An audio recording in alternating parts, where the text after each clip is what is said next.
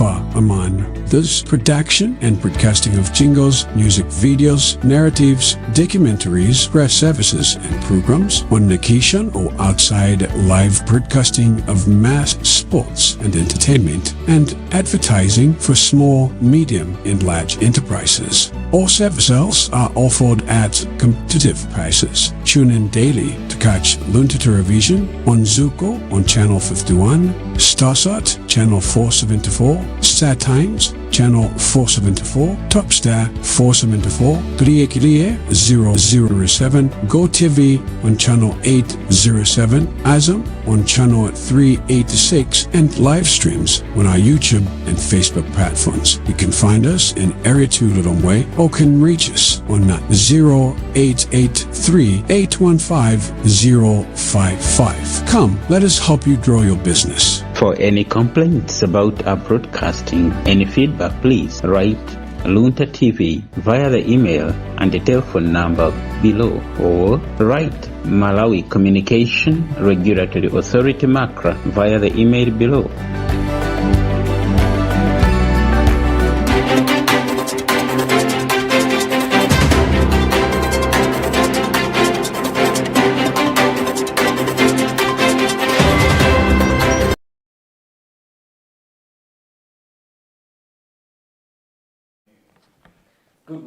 Good morning, and welcome to today's edition of the press review here on Luntha Television. It's Tuesday, the 22nd of October, 2024. This is the program that will give you some of the stories that have been published in our daily papers, the Nation newspaper, but of course the Daily Times. So today you are with me, Brennan Manza, and my colleague Charity Shilanga Modzugawa. Hey, that's what I know you are already fine. I'm already fine. So Charity will be taking you through what has been published in Nation newspaper, and I'll be taking you through the Daily Times. Kunjabu kujitika zambiri, umusa makale mbaso zambiri. Kumabe tima kwanitsa pang'ono pokha kuti tingokupa tonzi zimene anzathu alemba mu ma newspaper amenewa. Monga ndakambira ati sankho lako zina mwa zimene anzathu alemba ku Nation, ine nditenge ndithu gawo la ku Daily Times lalemba zotani amene kumuna tatiyambirani. Alright, to begin with the very front page of the Nation newspaper, election registration starts with minor glitches. But the story says some glitches were recorded yesterday as the first phase of voter registration for the September 16th, 2025 general elections rolled out in 14 castles across the country. Malawi Electoral Commission MEG is conducting the exercise, which will run until November 3rd in 75 constituencies and 161 wards in Chitipa, Karonga constituency, Karonga town, and in Zuzu City in the north, Nkotakota, Nchisi, Salima, and Dedzembe Center, Balaka, Nino, Machinga, Palombe, Mulanje, and Chiradzulu in the south. Spot checks in several centers across the country showed that the process was running smoothly when registration opened at 8 a.m., although there were some glitches. All right. I also have that story on the second page of the Daily Times, but I'll take another one on the same second page of the Daily Times. It's about fuel. Okay. Fuel scarcity. Within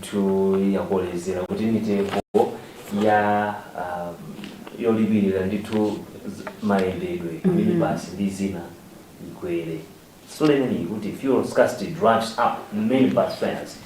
Minibus owners in some parts of the country have raised minibus fares as the country grapples with the problem of fuel shortage. Spot checks conducted in Lilongwe, Luntha, and Zomba cities indicated that bus fares had been hiked. In Lilongwe, for instance, the fare from Saint to Bwalo Lanjovu jumped from 1,500 kwacha to 2,000 kwacha. The fare for the Kapiri to Bwalanjovu route jumped from 700 to 1,000 respectively. While in Luntha, the fare for the Mibawa to Limbe route rose from 500 to 700 kwacha, with some minibus operators raising it further to 800 kwacha. kwanu mulipira zingati ifetu yabanga double from 600 kwacha to 1200 kwacha koma tizingokwera ngulu abale ngoloyo tipeze ingulu tizikwera ngulu chimwezi umaenda pasi chimwezi umaenda pasi kwa only 4 hours mukafike kweli tu. All right, on the third page of the Nation newspaper, Minister breaks silence on judiciary corruption debate. Part with the story says, Minister of Justice Titan Simvaro has said the judicial reform bills may be tabled in the next meeting of Parliament if Cabinet approves them in time. In an interview yesterday following his post on a WhatsApp group created in support of lawyer Alexius Kamangila's anti-corruption crusade against the judiciary, the minister clarified on accusations that he was sitting on the bills that are expected to improve accountability in the judiciary, a branch of government publicly viewed as closed and untouchable. All right, I'd love you to take this one on the front page. Timve kuti nkhani yokhudza inali kukoti yokhudza za chisankho chisankho nkhani yokhudza za registration zoyenereza kuti ziwena kuenda bwanji kuti munthu alembetse kuti akavoti ziwena kuenda bwanji. Maybe you can take us through that story. All right, the main headline says court to rule on IDs Friday. And the subheadline reads, claimants challenge validity of the requirement. Part of the story says, the High Court in Blantyre has reserved its Electoral Commission make from accepting the national ID as the sole identification for voter registration. The claimants are challenging the validity of Section 12 of the Presidential, Parliamentary and Local Government Elections Act and want an injunction suspending the operation of the section pending the conclusion of the constitutional matter. They are George Chipwaila, Geoffrey Banda, Alex Philip Dimba, James Chistulo, and Krino Masulani. All right, now moving on to the business. In the current business, we have a story here. The main one, budget for 547 billion deficit in 5 months. The national budget performance track in the first 5 months of the 2024-2025 fiscal year shows that total revenue amounted to 1.95 trillion kwacha, falling short of total expenditure requirement of nearly 2.5 trillion kwacha in that period. Budget performance figures contained in the latest monthly economic review of the Reserve Bank of Malawi show a cumulative deficit of 547.4 billion kwacha in the period under review, with a surplus of 13.8 billion kwacha registered in June only. Mwachidule nkhani ya unena kuti ngati dziko ndalama zimene timayenera tizigwiritse ntchito miyezi 5. Yes. Miyezi 5 ndithu kuchoka tsiku loyamba la chaka cha zachuma. Ndalama zimene sizinafikire ndalama zoyenera. Yes. Mwachidule ngati ukakulaso ya bisizi maloma 500 watenga 200. Ukatenga ndekuti usowekera kuti uyikepo 400. So nkhani yakuno ndimene kuti timayenera tigwiritse ntchito ndalama zokwana 2.5 trillion mu ka period kamene 5 months. Komano ukapezeka kuti ndalama zimene tinakwanitsa kuzipeza kutolera ngati dziko ndi ndalama zokwana 1.95 trillion kwacha. Deficit kapena ka balance kamene kalipo pamenepo ndeni mwina takongolaka ajani ndeni ndi 547 billion kwacha. Ka balance kamenepo kuti sikanapezeke kuti ifeyo tingaonjezere pamene timene opanga expend ndalama zathu. Mwachidule tikugwiritsa ntchito ndalama zoposa zimene ifeyo tikuthekera kwathu, zoposa kuthekera kwathu. I think now it's high time now we started thinking about reducing such expenditures. Chifukwa tukamba kuti ngati ndi deficit 447 ndalama zambiri. Yes. Nde ngati tikutsa ndi balance ngati kuti expenditure to itake. Nde kuti tikutali. senza kuti zimene ngaonetse kuzipeza nzochepa bwereza zimene tufani tipana ino simungamakhala nyumba 40,000 mulandira 30,000 10,000 muzitenga kuti ndibona ngati transport nechibona ndinedukamba All right, in the business segment of the Nation newspaper, RBMC's inflation rate turning the corner.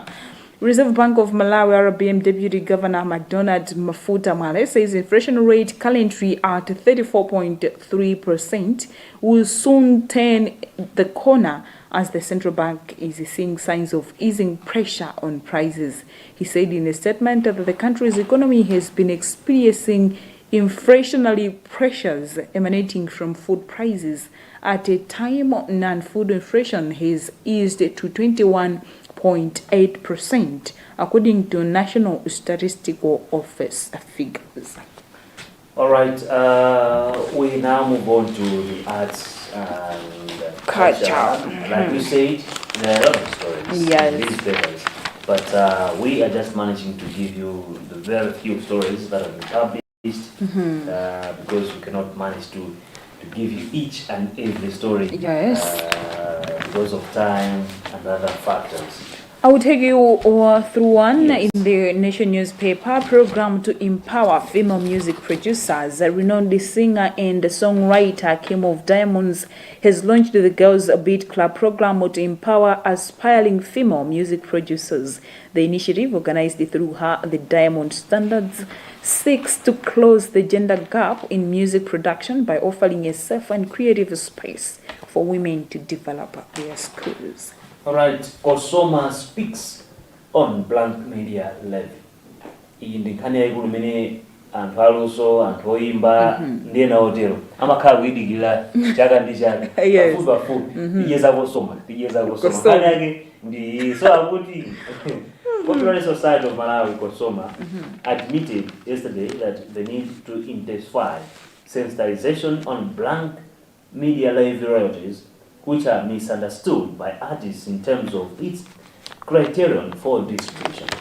This is ahead of the blank media levy royalties disbursement of 917 million Malawi kwacha from Friday.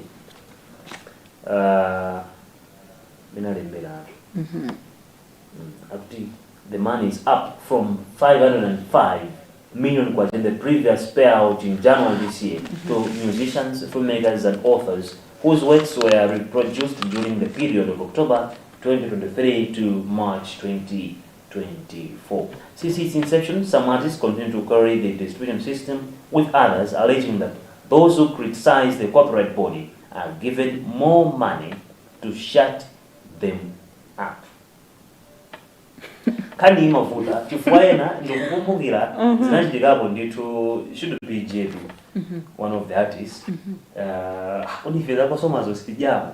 I remember there was such kind of discussion in the social media. Oimbagamba, of course, not herself. Kuti sabu wagaira za Kosoma, but to check anafoto so you need to get registered. Content to be registered. As indicated there is this content. Palinkani okuza kutolera ma royalties amanenedwa ndekuti zikamafika zonoto kubanga distribute kodi izi zakwera chifukwa cha content ya ndani chaita napanga kandaka tu ndikuti kaja anapanga register ndama zawo zikonzokhala. Is it? So that contribution from one family ntchito ka media houses bizimene pambuyo pake amapereka kwa anthu aluso.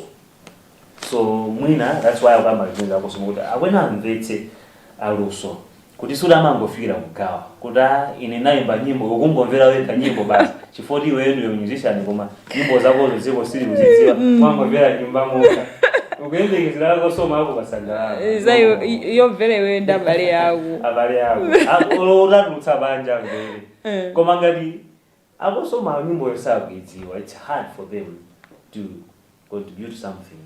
At least registration aizindikile content ija ndimena mbele kuti aina ibangi litu azibanga knowledge kuto pali titu material yi ndiya masi ndekuti amenewa pakuthabathabe lidzagaye Modeling. animavizikoti anthu akulandira ndalama ata ino ndalama anundi 343 kwacha ati loyoti yolira ma musician Aizibobo. turning to the back page. Yes, a new dawn for Queens, 5 new faces in final squad. Malawi Kings coach Joanna Kachiliga has named 5 new faces in her final squad for the Spa Challenge Test series against South Africa as the Malawi national netball team's rebuilding drive gathers a momentum. The 5 who include graduates from the under-21 national netball team are Ethel Ngambi, Alice Mvula, Florence Gamoka, Aisha Gama, and Esther Piri. However, the team will be without its star shooter, Joyce Mvula, who has returned to England to finalize a new deal with